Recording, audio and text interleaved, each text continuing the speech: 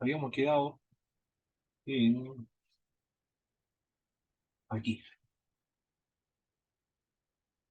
Bien, en esta sección habíamos quedado en delante hace un momento atrás. Jesús libera a un endemoniado, entonces. ¿Esto habíamos leído ya o no?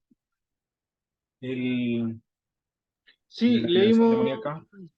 sí lo leímos, pero estábamos en el detalle, cómo enseñaba con autoridad Jesús. Ah, perfecto. Ahí habíamos quedado entonces. Cristo enseñaba con autoridad. Muy bien, la autoridad era de Jesús. Él mismo era la autoridad, no como los otros. Jesús libera a un endemoniado. Jesús entró con todo, como todo judío, en la sinagoga un día sábado. Comenzó a enseñar, como cualquier judío tenía el derecho a exhortar las Sagradas Escrituras. Los rabinos basaban su enseñanza en las autoridades de la Biblia y también en algunos maestros, como ocurre en la actualidad. Gracias a la enseñanza de Jesucristo y el poder que tenía sobre los demonios, la fama de Jesús se extendió por toda la región de Galilea. En este texto vemos que Jesús no entra en diálogo con el demonio, tampoco le pregunta su nombre para expulsarlo, el pobre hombre. ¿Qué es lo que le dice Jesucristo al demonio?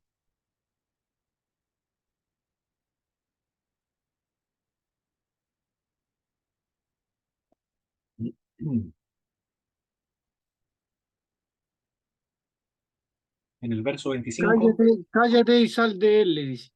no entra en ningún diálogo entonces. No, no solo le ordena que salga que quede en silencio y salga. Eso es lo que le hace, ¿eh? Cállate y sal de él.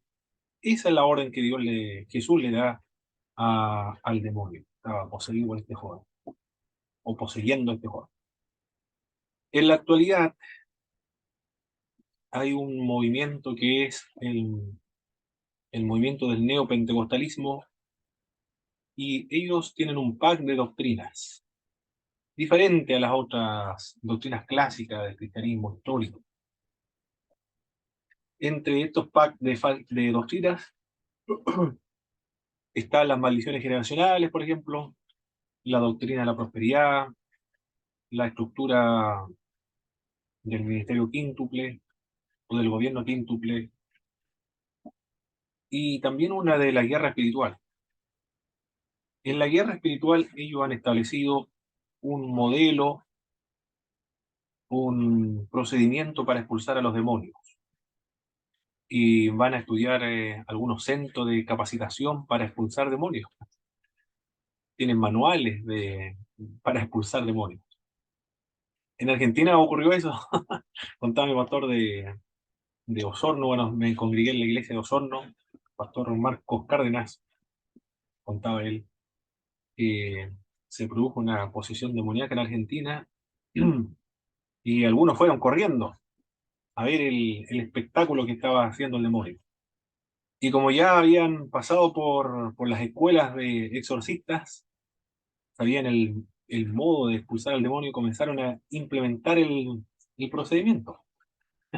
No les resultó lo que habían aprendido, salieron corriendo del endemoniado. El endemoniado lo comenzó a seguir. Bueno, en estos manuales se dice que deben mirarlo a los ojos, la persona endemoniada.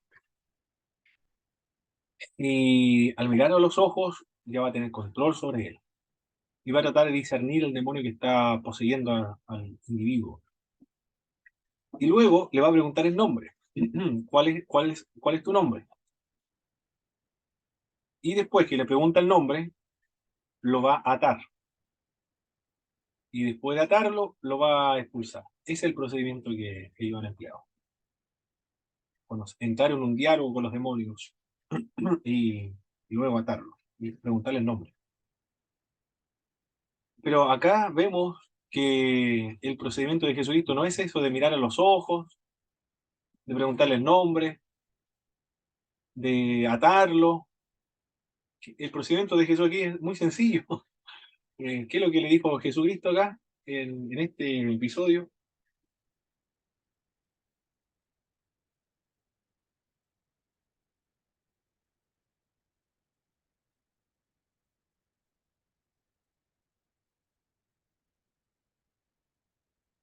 Le dijo, cállate y sal fuera.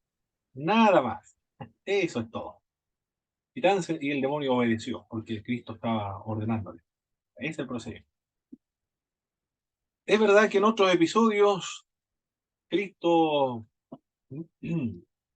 conversa con uno, ¿ah? Le dice, ¿cuál es tu nombre? El demonio le dice Legión. Pero ¿por qué Jesucristo le pregunta el nombre? Porque quiere que la gente que está escuchando sepa que Jesús tiene tanto poder para expulsar tanto a uno como a 1000 de estos demonios que están poseyendo a una persona. No tiene otra intención o otra finalidad, ni tampoco tiene la finalidad de indicar el procedimiento para expulsar a un demonio. Comenzar a ponerse a conversar con el demonio, a preguntarle el nombre. ¿Cuál es la base o el fundamento de la doctrina de la guerra espiritual desde la perspectiva del neopentecostalismo? El fundamento, la base, son lo que han recabado de personas endemoniadas. Es decir, todos los nombres de los demonios que ellos tienen en sus manuales son nombres que las personas endemoniadas le han confesado. Y en este diálogo con las personas endemoniadas le han dicho, este demonio practica o influye a esta determinada conducta de la persona. Eso es uno, y lo otro es la experiencia también. La experiencia y la información que han recabado de demonios. Hay una pregunta que surge ahí. ¿Cómo nosotros podemos estar completamente seguros de esa estrategia que emplea el neopentecostalismo para expulsar demonios es verdadera y es auténtica, es correcta? Porque los demonios se caracterizan por ser mentirosos. ¿Cómo podemos saber que los demonios le dijeron la verdad y son mentirosos? Y el fundamento de la guerra espiritual desde la perspectiva del neopentecostalismo es esa: información que han recabado de personas endemoniadas. Bien, acá vemos solamente se produce la expulsión y le dice al demonio que se caiga. ¿Por qué Jesús le dice al endemoniado que se caiga? Al demonio que se caiga. Porque podía ¿Quién le habla? reconocer el carácter mesiánico. Eso es, correcto. Se puede revelar el carácter mesiánico de Jesucristo, entonces lo van a querer hacer rey. Todavía no ha llegado el momento de presentarse públicamente. Él se presenta y exhibe públicamente cuando entra montado en un pollino en Jerusalén, pero al final de su ministerio, y coincide precisamente con el arresto finalmente y la muerte de Jesús. Pero todavía no es el momento, faltan algunos años más para presentarse oficialmente como rey, porque va a traer problemas y se reconoce como el Mesías. En la cultura judía, cualquier miembro de la comunidad del pueblo de Dios, aunque no se escriba y ostente estudios bíblicos sistemáticos, tiene el derecho de hablarle a la congregación el día sábado. Negarle el derecho a un hermano de predicar porque no posee estudios formales en la Biblia es como negarle a Cristo hoy predicar, pues él no estudió en Jerusalén a los pies de un rabino. Es la reflexión que da Sergio Silva, un catedrático de una universidad pontificia, Universidad Católica de Santiago.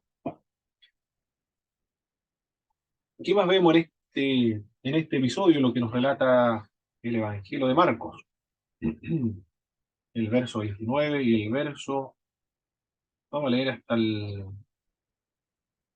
el verso 34, por favor. Hermana Soledad, por favor, del verso 29 al verso 34, vamos a dar la lectura.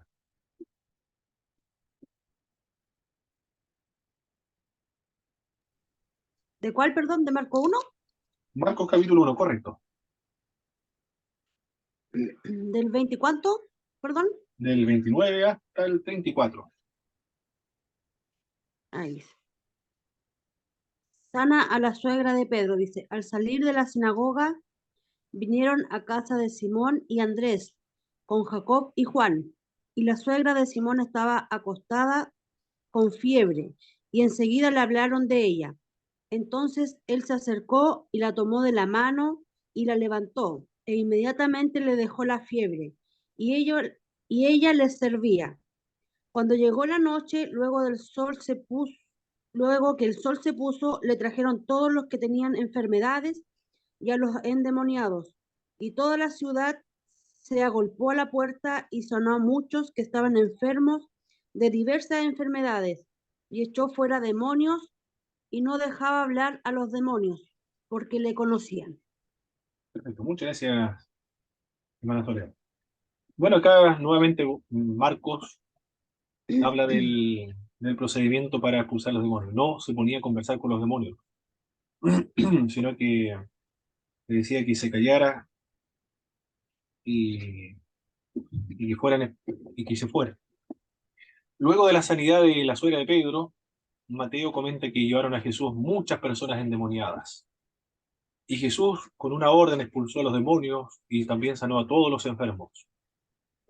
De acuerdo a esta narración, la enfermedad no necesariamente se relaciona con la posesión demoníaca, por lo menos en este texto, pero sí en otros textos paralelos donde Lucas señala que también de los enfermos salieron demonios. Lucas dice eso, en el capítulo 4, verso 41. Mateo dice, muchos enfermos fueron sanados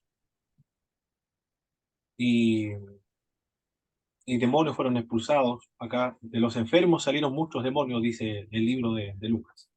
En algunos casos, la enfermedad puede estar relacionada con la posesión demoníaca, pero en otros no necesariamente. ¿Cómo saber esto? ¿Cuándo es una enfermedad y cuándo es una posesión demoníaca? ¿Cómo saberlo? ¿Qué creen ustedes, mis hermanos, hermanas, en su Por el experiencia? por el comportamiento de la persona, puede ser. Muy bien, puede ser con el comportamiento de la persona. ¿Qué otra Por, manera se puede saber si es una enfermedad o una posesión demoníaca?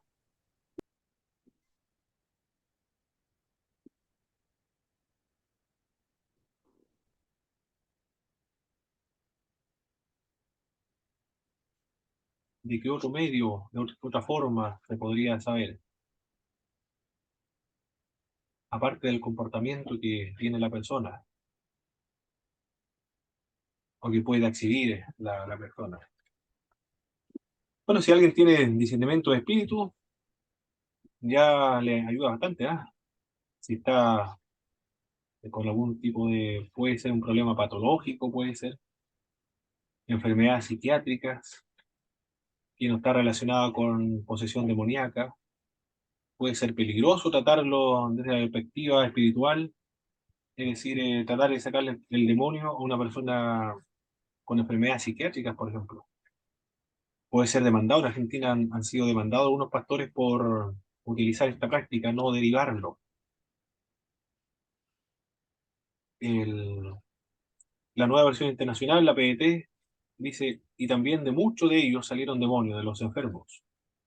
En el texto paralelo de Marcos, capítulo 1, el que acabamos de leer, el evangelista señala que Jesús no permitió que los demonios hablaran, porque ellos conocían a Jesucristo, sabían quién era Jesús de Nazaret.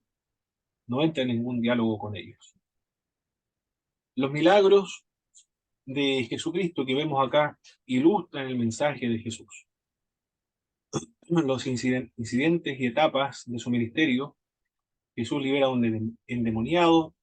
De este modo Jesús demuestra su poder sobre el mundo invisible de los espíritus. Al sanar a la suegra de Pedro, Jesús demuestra la ternura que él tiene hacia las personas necesitadas. Y Pedro tenía una suegra, lo que forzosamente, dice el libro de texto, tenía que haber sido casado. ¿Cómo va a tener una suegra y no está casado? Era casado entonces. Después se va a establecer el celibato dentro de la iglesia cristiana. Pero el celibato lo establece solamente la iglesia de Roma. La iglesia ortodoxa, anoche parece, ayer estaba escuchando a un sacerdote ortodoxo de la iglesia de Antioquía de Siria, que era una iglesia en Providencia, en Santiago. Él decía que cuando hablaba acerca de la iglesia católica romana, él se la describía como la iglesia romana, porque él decía, nosotros somos católicos. La iglesia de Roma es la iglesia de Roma nada más. Los verdaderos católicos somos nosotros, decía el sacerdote o el padre de la iglesia ortodoxa. Bueno, acá Pedro tenía que tener una esposa. El celibato se estableció en la iglesia con finalidades prácticas y económicas. Una práctica fue evitar una casta, un grupo de personas sacerdotales, una casta sacerdotal. Porque si el papá es sacerdote, los hijos también van a continuar siendo sacerdotes. Para evitar ese problema, en el catolicismo romano dijeron, van a ser célibes, para evitar una casta sacerdotal. El otro problema que vieron los católicos romanos al cultivar o enfatizar el celibato en general fue económico, porque dijeron ellos, el cura va a tener una casa, va a tener terreno, va a tener algunos medios económicos, y si no tiene familia, entonces todos esos bienes pasan a la iglesia, son donadas a la iglesia, como no tiene familia. ¿Qué estrategia más astuta del catolicismo romano? Es decir, como no tiene hijos, entonces todo lo que él logra reunir en vida, propiedades, casas, todo eso pasa a la iglesia. Y esas son las dos finalidades de evitar una casta sacerdotal y los temas económicos, según lo que señalan algunos.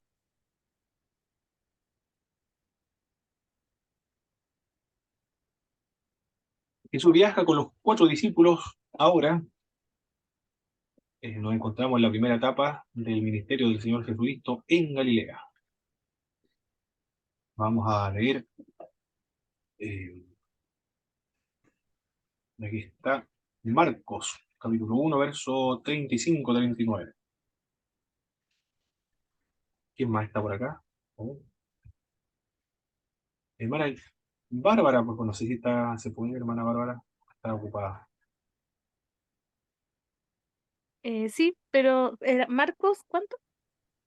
Marcos, capítulo 1, verso 35-39. 1 del 35 al 39. ¿Cierto? Sí, ya. ¿Me escuchan bien? ¿Cierto? Perfecto, hermana Bárbara. Ya. Jesús anuncia el mensaje en las sinagogas. Ahora sí, en el nombre de Jesús dice, de madrugada, cuando todavía estaba oscuro, Jesús se levantó y salió de la ciudad para ir a orar a un lugar solitario. Simón y sus compañeros fueron en busca de Jesús, y cuando lo encontraron, le dijeron, todos te están buscando. Pero él les contestó, vamos a los otros lugares cercanos, también allí debo anunciar el mensaje, porque para esto he salido. Así que Jesús andaba por toda Galilea, anunciando el mensaje en las sinagogas de cada lugar y expulsando a los demonios. Amén. Perfecto, muchas gracias, hermana Bárbara. Marcos cuenta que Jesús se levantaba muy de temprano para orar, a un lugar solitario. Bueno, la disciplina de la oración, una disciplina es una disciplina espiritual que empleaba Jesucristo. Al llegar a sus discípulos Simón y sus compañeros, Jesús les señalaba que deben ir también a otras aldeas cercanas donde puedan predicar, porque para eso Jesucristo había venido, a predicar. De modo que recorrió Galilea, predicando en la sinagoga, expulsando demonios. Lucas dice que la preocupación de Jesús, de que era preciso predicar también a los demás pueblos, porque para eso había venido, dice Lucas. Mateo narra que la fama de Jesús se extendió por toda Siria, y le llevaban los enfermos de todo tipo, los que sufrían dolores graves, los endemoniados, los epilépticos. La Reina Valera en 1960, los epilépticos le denominan los lunáticos, porque pensaban en algún tiempo, en la época en que se escribió la Reina Valera, o en el siglo XVI, pensaban que con mucho mirar a la luna, la gente iba a terminar siendo epiléptica, se iban a enfermar. Por eso lo tradujeron ahí a los epilépticos como los lunáticos. Y también a los paralíticos, y él los sanaba a todos. Lo seguían grandes multitudes de Galilea, de Decápolis, Jerusalén, Judea y la región al otro lado del mar del río Jordán. ¿Cuál es la razón, la finalidad de indicar en los evangelios la sanidad efectuada por Jesucristo? Sanaba a todos los que tenían dolores graves, a los endemoniados, los lunáticos, los paralíticos. ¿Cuál es la finalidad? ¿Por qué lo registran los evangelios sinópticos? Yo creo que no había enfermedad que no pudiera sanar, pues, o sea, porque va haciendo por lo menos vamos viendo una lista de enfermedades, desde una simple fiebre hasta un endemoniado, puede ser. Muy bien. ¿Quién más? ¿Quién tiene otra respuesta? ¿Por qué los evangelios muestran que Cristo realiza una multitud de milagros? Porque así anunciaban que el reino de Dios se había acercado. Sí, exactamente. Recuerde que los evangelios deben interpretarse en base a una clave interpretativa. Y este es el reino de Dios. Eso es. Para confirmar que el reino de Dios se ha acercado. Juan manda preguntar a Jesucristo cuando está él en la cárcel. A su discípulo le dice que le pregunten a Jesús si él es el Cristo. Cristo le responde, le dice, el evangelio se predica a los pobres, los enfermos son sanados, los ciegos ven, los leprosos son sanados, los muertos son resucitados. Vayan y díganle eso a Juan el Bautista. ¿Por qué esa respuesta le dio a Juan el Bautista? Que los muertos son sanados, los resucitados, los muertos son resucitados, los enfermos son sanados, los ciegos ven, los cojos recuperan la sanidad. Indicarle que efectivamente él era el Cristo, porque en el reino de Dios, en los tiempos escatológicos, al final de los tiempos, en el cielo nuevo y tierra nueva, eso es precisamente lo que va a ocurrir. Por lo tanto, Cristo le dice, ya el reino de Dios ha llegado. Jesús sana también a un leproso en esta sección. En el Marcos capítulo 1, versos 40 al 45. Sigamos con Marcos, estamos acá. En el verso 40 al 45, ¿quién más está por acá? Hermana Grisel, por favor, vamos a darle lectura, verso 40 al 45.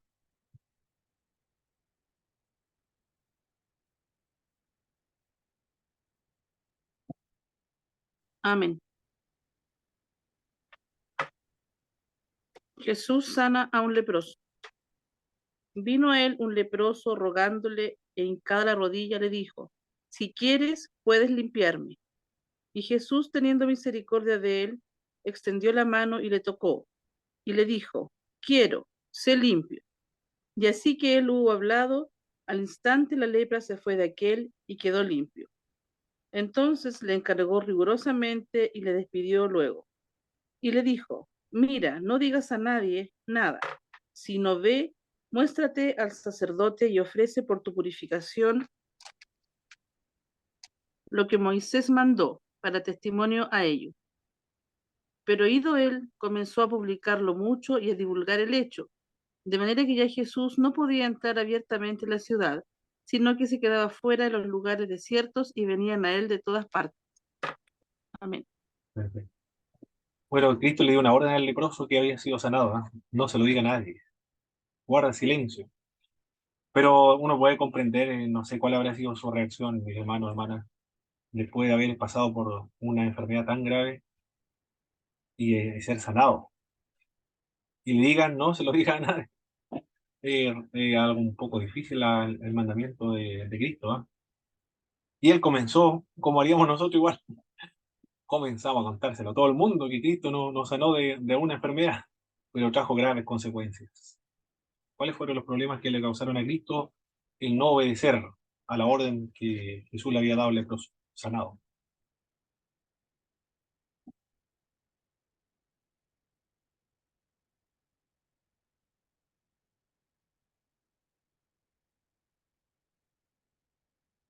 Que ya no tenía acceso libre a las ciudades, dice Eso ahí es. en el texto. Ese fue un problema, ¿eh? ya no podía entrar abiertamente en las ciudades porque ya lo están esperando en todas partes. Se volvió famoso en este periodo, pero fue complicado porque va a traer algunos problemas más adelante. Marcos cuenta sobre la compasión de Jesús al tocar al leproso. A los leprosos nadie lo tocaba porque iban a quedar contaminados. Corría el riesgo de quedar infectados también de lepra. Por lo tanto, tenían que apartarse afuera de las ciudades, vivir en una comunidad de leprosos. Se encontraba con alguien en la calle que era sano, tenía que gritar leproso. Si no gritaba, lo apedreaban. Es muy triste la vida de esta gente de esta época. Pero Jesús lo tocó, se acercó al leproso, muestra su compasión por los desventurados. Jesús le advirtió fuertemente que no divulgara la noticia, pero el que experimentó el milagro no podía guardar para sí esta maravillosa obra que había experimentado. Se lo dijo a todo el mundo.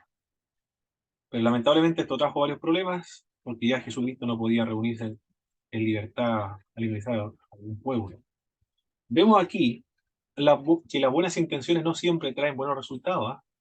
Porque el leproso cuenta a todo el mundo que Cristo lo sanó, tenía buena intención de testificar de la obra de Jesucristo, pero trajo algunas complicaciones. Eso es lo que podemos ver aquí. Las buenas intenciones no son suficientes. Lo que hay que hacer es la obediencia. Pero a pesar de eso, Jesús efectuó el milagro y Jesucristo sabía lo que iba a ocurrir después, pero a pesar de eso lo sanó. Pues su compasión se superpone a los problemas que le pudiesen traer. Lucas no agrega otro detalle del mismo modo que Mateo, no agrega ningún otro detalle respecto a la sanidad del leproso. Jesús no quedó contaminado al tocar al leproso, más bien el leproso quedó limpio al toque de Jesucristo. También el pecador que invita a Jesucristo a morar dentro de él no va a contaminar a Cristo, sino que el pecador será limpiado o comenzará con el proceso de la purificación. La lepra es un símbolo del pecado, ¿recuerdan? Cuando lo vimos en Pentateuco, parece que fue cierto. ¿En qué sentido la lepra es un símbolo del pecado?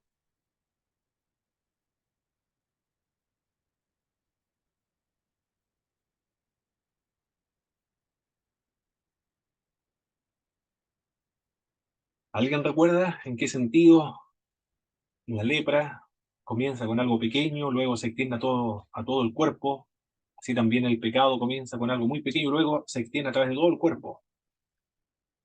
Representaba como una muerte espiritual. Perfecto, muy bien. Provocaba la muerte, finalmente, la lepra. Así también hace el pecado con respecto al pecador, causa la muerte. ¿En qué otro sentido la lepra, perdón, es símbolo del pecado? Como la lepra es repugnante y casi incurable, así también el pecado es malo e irreversible, eh, hasta que Jesús efectúe algo en la persona. Perfecto, muy bien. Me enredé un poco. Es malo, repugnante, ¿eh? Casi incurable. Perfecto, así también el pecado. Es malo, repugnante, incurable. Solo un milagro lo puede solucionar. Bien. Bueno, cuando Cristo sana a los leprosos, entonces eso es lo que quiere decir. Tiene poder para sanar a los pecadores, para restaurar a los pecadores. Porque el reino de Dios ha llegado hacia los desventurados. Bien, sigamos avanzando entonces. Sigamos avanzando. Ahora nos encontramos con la oposición. Estábamos de maravilla anteriormente, todos contentos, alegres, felices, todos quieren ir a conocer a Jesús de Nazaret. Las multitudes se atiborran para escuchar a Jesucristo, de todas partes, de Galilea, de Samaria, de Perea, Tracónite, van a ver al Señor Jesucristo. Trae muchos enfermos y son sanados. Su fama se extiende por toda la localidad. Pero prontamente comienza la oposición. Ahora nos encontramos en la etapa de la oposición. ¿Cuál fue el origen de... Aquí vamos a avanzar rápido para tratar de ver la otra parte igual que tenemos que ver. Por el conflicto del perdón de los pecados. Por esa razón comienza la oposición. Las palabras de Cristo despiertan fe en el enfermo, era un paralítico. Los amigos de este paralítico son buenos amigos, ¿ah? Muy buenos amigos, porque a pesar de que está paralítico el hombre, no lo han abandonado. Mire qué interesante. Me gustaría tener amigos como ese. Son buenos realmente estas amistades, están en las buenas y las malas. Está paralítico, ya no puede salir con ellos a trabajar, a ayudarnos. De este paralítico ellos no pueden recibir absolutamente ninguna ayuda porque no puede hacer nada, está paralítico. Pero los amigos, ¿qué es lo que hacen? Está la oportunidad para que nuestro amigo sea sanado. Pero se encuentra con un problema. Está saturado el lugar de gente. Para llevar al paralítico y que Cristo haga algo, un milagro, porque ya se han enterado de que Jesucristo hace milagros extraordinarios y tiene poder para sanar a los enfermos. Si limpia a los leprosos, da vista a los ciegos, ha expulsado a los paralíticos, ha expulsado a los demonios, levanta a los paralíticos, entonces nuestro amigo lo puede sanar también. Como está tan saturada la casa de gente, no hay espacio para ingresar, entonces, ¿qué es lo que hacen ellos? En la desesperación, abren el techo impresionante de la casa. Se subieron arriba del techo, escandaloso, ¿eh? Se subieron arriba y comenzaron a desarmar el techo arriba y bajaron a los amigos entre cuerdas. Tremendo montaje que hicieron, un espectáculo impresionante. Y Cristo ve la escena y le dice, a ti te digo, toma tu camilla, levántate y anda. ¡Wow! Y se levantó el hombre. Tomó su camilla y se levantó. Quedaron todos impresionados de lo que había ocurrido acá. ¿Quién es este? Dijeron. ¿Quién es este? Lo que ha ocurrido nunca habían visto un milagro tan extraordinario como este. Mateo lo registra ¿qué capítulo? 9. Mateo capítulo 9 lo menciona. Entonces entraron a Jesús en la barca, pasó al otro lado y vino a su ciudad. Sucedió que le trajeron un paralítico, tendió sobre él una cama y al ver Jesús la fe de ellos, dijo al paralítico, ten ánimo, hijo, tus pecados te son perdonados. ¿La fe de quién vio Jesucristo acá? En Mateo capítulo 9, en el verso 2. Jesús al ver la fe de ellos, dijo al paralítico, ten ánimo, hijo, tus pecados te son perdonados. ¿A qué fe se refiere? ¿La fe de quién? De los amigos. De Los amigos. ¿ah? Los amigos, ¿ah? Los amigos son los que tienen fe. Lo han demostrado porque llevaron a su amigo arriba en el techo y lo dejaron caer. Entonces algunos de los escribas decían dentro de sí, este blasfema. ¿Por qué consideraron a Cristo los fariseos, o los escribas, lo menciona acá el texto bíblico, que Cristo estaba cometiendo una blasfemia al decir tus pecados te son perdonados? ¿Por qué? Acusan a Jesucristo, ya están las primeras acusaciones acá. Este es un blasfemo. ¿Por qué lo Porque acusan? ellos creían que Dios era el que perdonaba. Porque solamente Dios perdona. Porque el pecado, estrictamente hablando, es una ofensa contra Dios. Solo Dios lo puede perdonar. Pero Jesús le dice, ten ánimo, hijo, tus pecados te son perdonados. Claro, si nosotros nos ponemos la perspectiva de un judío, primero había dicho, más yo os digo, yo mismo soy la autoridad de mi enseñanza. Y ahora está diciendo, tus pecados te son perdonados. Ya esto es demasiado, sí. Se está extralimitando. O tiene serios problemas psicológicos, o esta persona es un blasfemo. Aquí lo acusaron de blasfemo. En otra oportunidad le dijeron, está fuera de sí. Es decir, también lo trataron de tener problemas mentales, ¿eh? Se ha trastornado, dijeron, está fuera de sí. Es decir, ha enloquecido. Por eso lo fueron a buscar sus familiares. María, incluso está María ahí, y los hermanos de Jesucristo fueron a buscarlo, porque dijeron, está haciendo el ridículo, ya se ha limitado. Lo hemos perdido, ya se ha trastornado. Pero acá no lo trataron con misericordia, de decir, pobrecito, está teniendo problemas mentales. Este es una blasfemia lo que está haciendo. Y conociendo Jesús los pensamientos de ellos, dijo, ¿por qué pensáis mal en vuestros corazones? ¿Qué evidencia tenemos acá de la divinidad de Jesucristo? Primero, perdona los pecados. ¿Qué más? ¿Y qué otra evidencia de que Cristo, sabemos que Cristo es Dios? Pero una evidencia de que Cristo es Dios, aparte de perdonar pecados.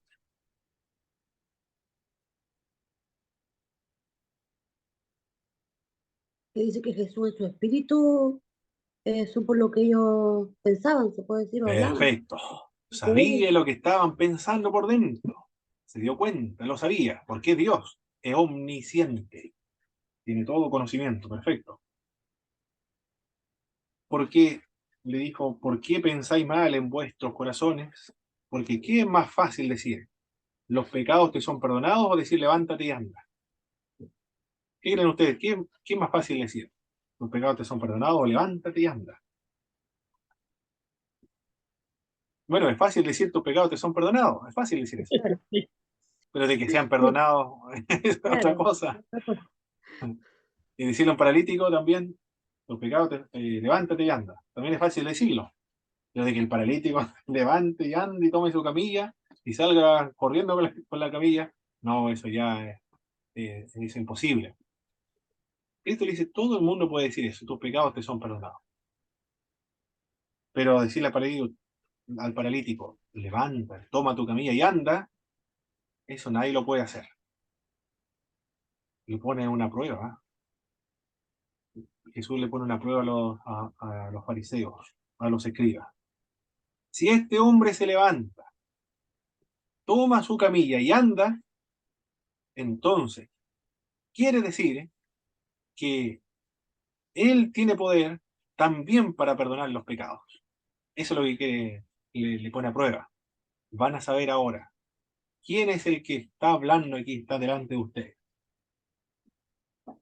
Pues para que sepáis que el Hijo del Hombre tiene potestad en la tierra para perdonar pecados. Dice entonces el paralítico, levántate, toma tu camilla y vete a tu casa. Entonces él se levantó y se fue a su casa. Y la gente al verlo se maravilló y glorificó a Dios, que había dado tal potestad a los hombres. Todavía están viendo a hombres, ¿eh? Aquí está, todavía están viendo a un hombre. Glorificó a Dios por haber dado tanto poder a los hombres. Lo deja registrado Mateo. Todavía la gente lo ve como hombre. Todavía no lo ven como Dios. Pero Mateo, eso quiere decir, Cristo es Dios. Tiene todo conocimiento, perdona los pecados. ¿Y qué más? ¿Qué otro atributo podemos ver acá? Perdona pecados, tiene todo conocimiento. ¿Qué otro atributo vemos de Cristo que indica o sugiere o evidencia de que es Dios?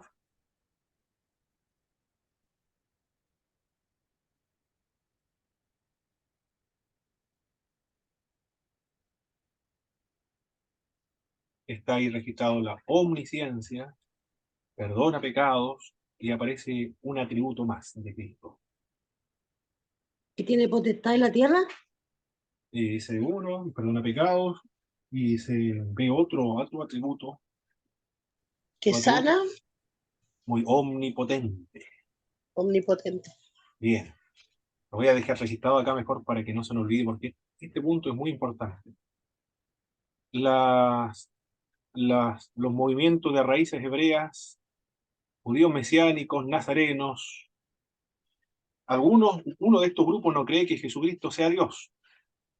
Piensa que es una criatura. Y como estudian las raíces hebreas, ya por el hecho de estudiar las raíces hebreas, ver todo desde la perspectiva judía, oye Israel, Jehová vuestro Dios uno, entonces van a concluir que existe un solo Dios y Cristo no puede ser Dios entonces. O es lo mismo que Dios Padre.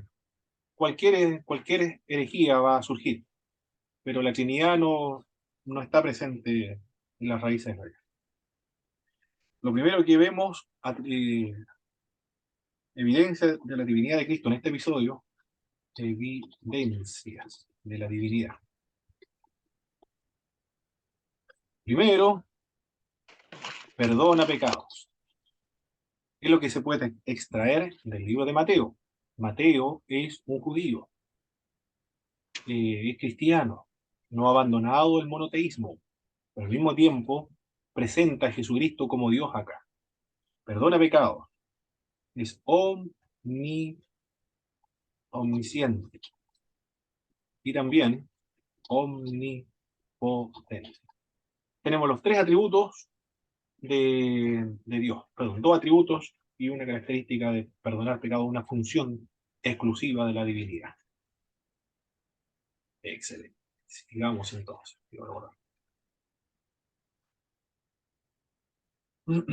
Ese fue el primer conflicto entonces, el perdón de pecados.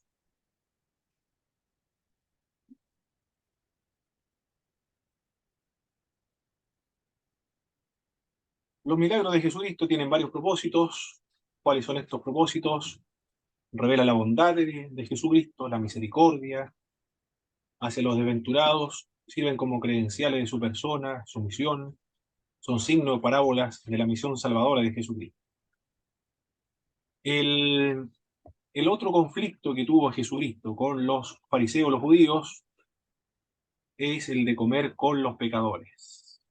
Porque va a invitar a Mateo acá, en el capítulo 9, verso 9 al 13. ¿Quién más va a leer? Hermana Alejandra, por favor, en el Mateo, capítulo 9, verso del 9 al 13. Mateos, capítulo 9, del 9 al 13. Amén. Llamamiento de Mateo. ¿Se escucha bien, cierto? Perfecto, hermana Alejandra. Ya. Pasando Jesús de allí, vino a un hombre llamado Mateo que estaba sentado al banco de los tributos públicos y le dijo, sígueme. Y se levantó y le siguió.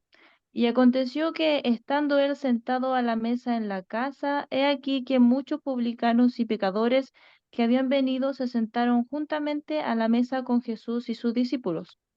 Cuando vieron esto los fariseos, dijeron a los discípulos, ¿por qué come vuestro maestro con los publicanos y pecadores? Al oír esto, Jesús les dijo, los sanos no tienen necesidad de médicos, sino los enfermos. Id pues y aprended lo que significa, misericordia quiero y no sacrificio, porque no he venido a llamar a justos, sino a pecadores al arrepentimiento. Amén. Perfecto, muchas gracias, hermana Alejandra. Y aquí vemos entonces actuando a Jesucristo, Jesús de Nazaret. ¿Qué vemos acerca de Jesucristo en este episodio que acabamos de leer?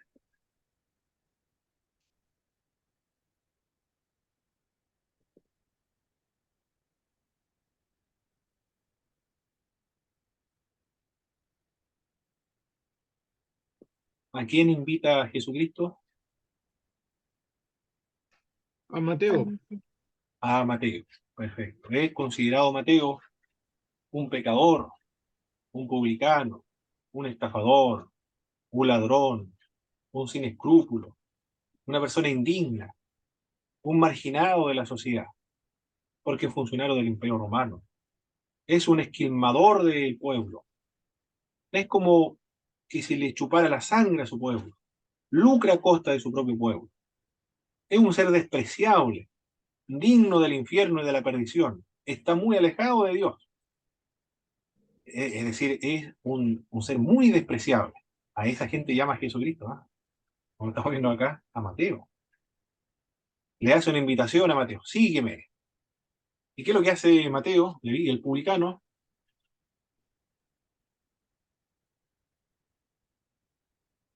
Siguió Se inmediatamente. levanta y le sigue. Inmediatamente, no lo pensó dos veces. No le dijo, espera, primero voy a pensarlo bien, o deja que termine a fin de mes para recibir mi sueldo, o deja ordenar algunos negocios que tengo, o deja acumular un resto más de dinero para tenerlo ahorrado en el banco. Inmediatamente escuchó la invitación y le siguió. ¿Qué es lo que quiere recalcar Mateo cuando escribe esto? Que el que está leyendo haga lo mismo. Si por primera vez está leyendo la lectura del Evangelio de Mateo, se identifique con Mateo y haga lo mismo. Levantándose, le siguió. Que se levante y le siga. Qué linda invitación, ¿eh? Qué hermosa invitación. Sigue. Bueno, todos nosotros le seguimos, ¿eh? Pero es una invitación muy hermosa. ¿Qué más hace Jesucristo de Nazaret? Llama a los pecadores, invita a los pecadores, a los despreciados, a los marginados, a los descastados, a los odiados por la sociedad. Bueno, y muy merecidos se lo tenían también. Recuerden que eran publicanos, estafadores, gente, eran realmente traidores, se consideran como traidores al Estado, a la nación. Y lucraban con su propio pueblo, a costa de su propio pueblo que estaba ya oprimido. Terrible. Pero ¿qué más hace Jesucristo? Aparte de llamar a los pecadores.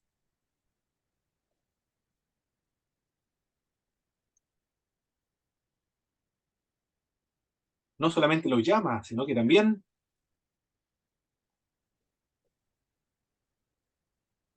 ¿Comió con ellos? perfecto. Ya. ¿Qué simboliza eso de sentarse a la mesa? Se sienta a la mesa. Primero llama a los pecadores, llama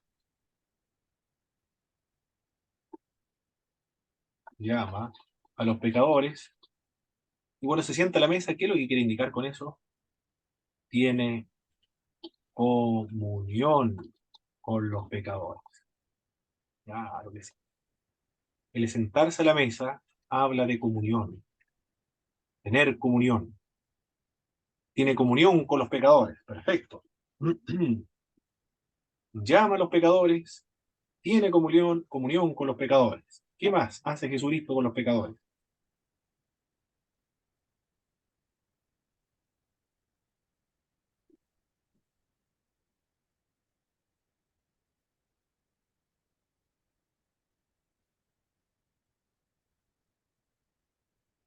¿Qué más? Llama a los pecadores, tiene comunión con los pecadores. Le da una respuesta a los fariseos. ¿Sí? ¿Qué le Los dice? sana. Sana a los pecadores. Muy bien, Ah, sana. verdad. Vamos, no les podía cargar. Por otro lugar. Sana. Otra vez. Acá, está el pulsador. Sana a los pecadores. Sí, porque Sana a les los... dice, los sanos no tienen necesidad de médicos, sino los enfermos. Excelente. Muy bien. Sana a los pecadores. Muy bien. ¿Qué más hace Tiene Jesucristo? misericordia, tiene ¿Sí? misericordia de ellos. Tiene misericordia. Muy bien. Tiene misericordia. Tenemos un sermón aquí, ¿eh? Mire cómo se arma el sermón. Así se arman los sermones, mis hermanos. Ahí tienen 4, ¿cuántos? Llama a los pecadores, tiene comunión con los pecadores, sana a los pecadores, tiene misericordia de los pecadores. ¿Qué más? 4 puntos tiene este sermón. Ya lo quiero ir a predicar a la calle. Ya. Mañana si tengo tiempo voy a predicarlo. Ya me entusiasmé con el sermón. ¿Qué más?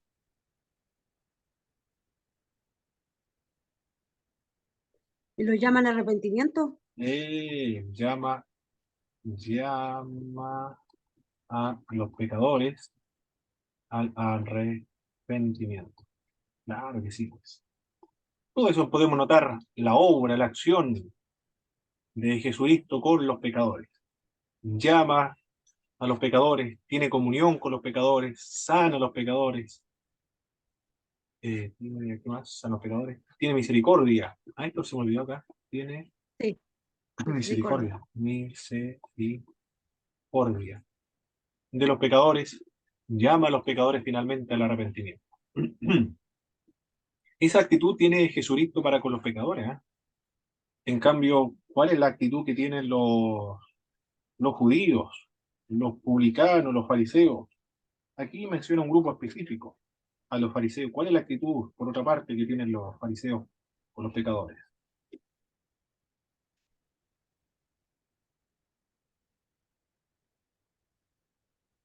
Los Rechazo, fariseos Lo rechazan, perdón, lo rechazan. se escandalizan. se escandalizan, desprecian a los pecadores. No hay que juntarse con los pecadores, marginan a los pecadores. Totalmente contrario a lo que hace Jesucristo, ¿no? Bueno, la iglesia tiene que hacer la misma obra de Jesucristo. No tiene que apartarse de los pecadores. despreciar a los pecadores, marginar a los pecadores, sino que tiene que acogerlo, sanarlo, llamarle al arrepentimiento, restaurarlo, pero no destruirlo, ya están destruidos. Eso es lo que debemos hacer como iglesia. No debemos condenarlo, marginarlo, sino restaurarlo. Cuando un hermano cae, hay que restaurarlo. No hay que despreciarlo, marginarlo, sino restaurarlo, tenerle misericordia y llamarle al arrepentimiento, por supuesto. Esto es lo que se debe hacer. Pero no despreciarlo, humillarlo, pisotearlo, sino compasión de los pecadores, porque nosotros mismos somos pecadores. Y hace lo mismo que Cristo, el santo de Israel, tuvo compasión, comió con los pecadores, estuvo a la mesa sentado con los pecadores, no solo se sentó con los cristianos, se sentó a comer, a tener comunión con los pecadores, no solamente con los santos, sino con las personas que todavía no creían en él. ¿Qué lección más importante esa? Ya, porque misericordia quiero y no sacrificio, dijo Cristo, citando al profeta Isaías. Eso es lo que vale, la misericordia y la compasión. Y ese fue la primera oposición. Perdón de los pecados, el comer con los pecadores. ¿Cuál fue el otro que despierta la oposición a Jesucristo? Fue el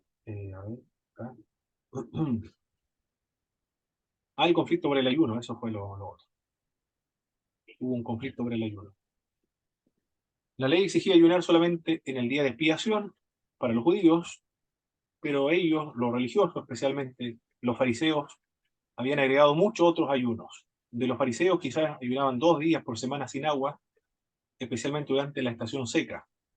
El ayuno era una práctica importante para combinar la oración con la penitencia. Y Cristo le dice, cuando estamos de boda, nadie ayuna, sino que estamos todos de fiesta. Por lo tanto, el hecho de que esté el novio, Cristo, en medio de sus discípulos, es impropio el ayunar. Pero cuando sea quitado, sí, obviamente ahí sí van a ayunar. En otros pasajes bíblicos, el ayuno es para tener poder, para expulsar demonios, para predicar, para hacer la obra de Dios, para reproducir la imagen de Jesucristo en la práctica del ayuno. Pero en este instante no se requiere orar. Ese fue el otro conflicto.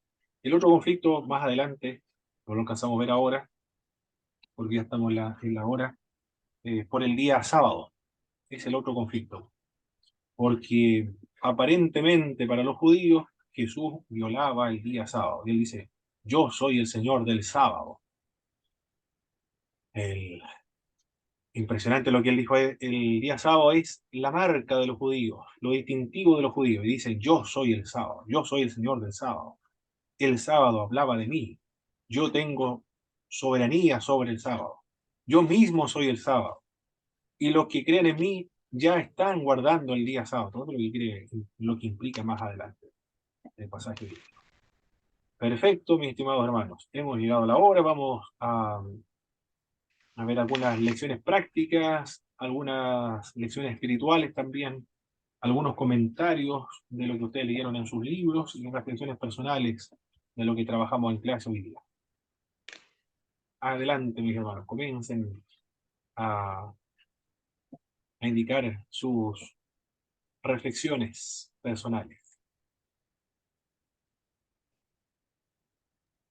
La cercanía que tiene Jesús con los pecadores, con las personas en necesidad, se resalta mucho la importancia que él le da, porque él no va, ¿cómo se llama?, a la gente de poder o que tiene autoridad, sino que él va directo al necesitado, va directamente al necesitado y él ya, y como llama a las personas que de repente uno normalmente creemos que al más capacitado lo llama primero y realmente se hace de personas que muchas no están dentro de repente del parámetro de uno.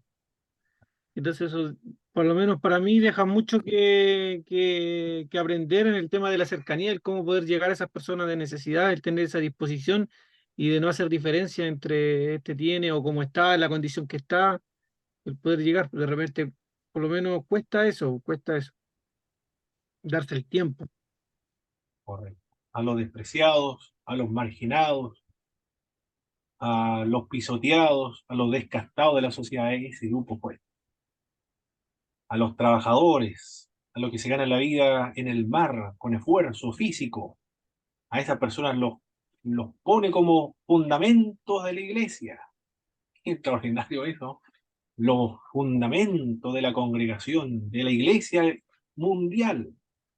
Ellos son los fundamentos. Un terrorista, Simón el Cananista, un temperamental como Juan y Jacobo, un precipitado como Pedro, un ladrón, un estafador, uno que trabajaba en el gobierno, que se robaba la plata, como, como ocurre aquí en Chile. Bueno, sin necesidad de fundación, sino que trabajando en los tributos públicos. A esa persona Dios los establece como fundamento de la iglesia. Nada más y nada menos. ¿Qué le parece? Esos son nuestros fundamentos de la iglesia cristiana. Lindo el mensaje cristiano, ¿eh? A los pobres, a los despreciados, a los marginados, a los descastados, a los miserables. A esa gente Cristo va a restaurarle la imagen de Dios en el hombre y lo hace, los convierte en embajadores del reino celestial. Nada más y nada menos que eso, ¿eh? Embajadores del reino celestial. ¿Qué más, mis hermanos, hermanas? A mí me quedó la enseñanza que Dios no hace excepción de personas cuando Él llama a alguien por un propósito. Lo vi con los primeros llamados, los 4 primeros discípulos llamados, de la manera que los llamó. Muchas veces uno ve que la gente se acerca a Jesús por algún milagro, por alguna necesidad, o que es impactada por un milagro o porque Dios concedió la petición de su corazón, digámoslo así, y eso marca sus vidas. A mí me gustó, me quedó como muy marcado lo que pasó con Simón Pedro, primero el llamamiento, pero después volvió a pescar, a su trabajo, pero de la segunda vez lo marcó con con la pesca milagrosa, y me quedó marcado eso que dijo Señor, que él tenía temor de estar delante de Dios, delante de Jesús, por lo que había sucedido. Entonces, muchas veces nosotros vemos que alguien va a nuestras iglesias, pero que después no vuelve y decimos, voy a decir como se dice, la verdad, no era para salvación, así algunos dicen, pero después viene algo y Dios los llama a tal nivel que ellos son tan radicales en su manera de servir al Señor, y ahí uno ve que Dios no hace excepción de personas. Me quedó marcado eso, y lo segundo que me quedó marcado era la cercanía con los pecadores, especialmente con Mateo, un recaudador de impuestos, pero en la mesa no estaba solamente él, habían de todos, y él estaba Sí, claro, compartiendo la mesa con él. correcto. Estaban todos los amigos de Mateo. De Mateo, sí, y esas cosas me quedaron muy marcadas. Impresionante, linda la enseñanza, lo que nos dice el Evangelio. ¿Qué más, mis hermanos, mis hermanas?